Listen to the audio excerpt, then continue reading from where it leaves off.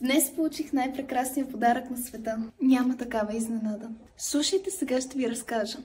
Миналата седмица казах на приятеля си, че обожавам масажи. И днес се звъни на вратата. Слизам да отворя и гледам един доставчик и един гигантски кашон. И какво имаше в кашона? Ето за това ви говоря. Масажен стол, професионален клас от Рекстън.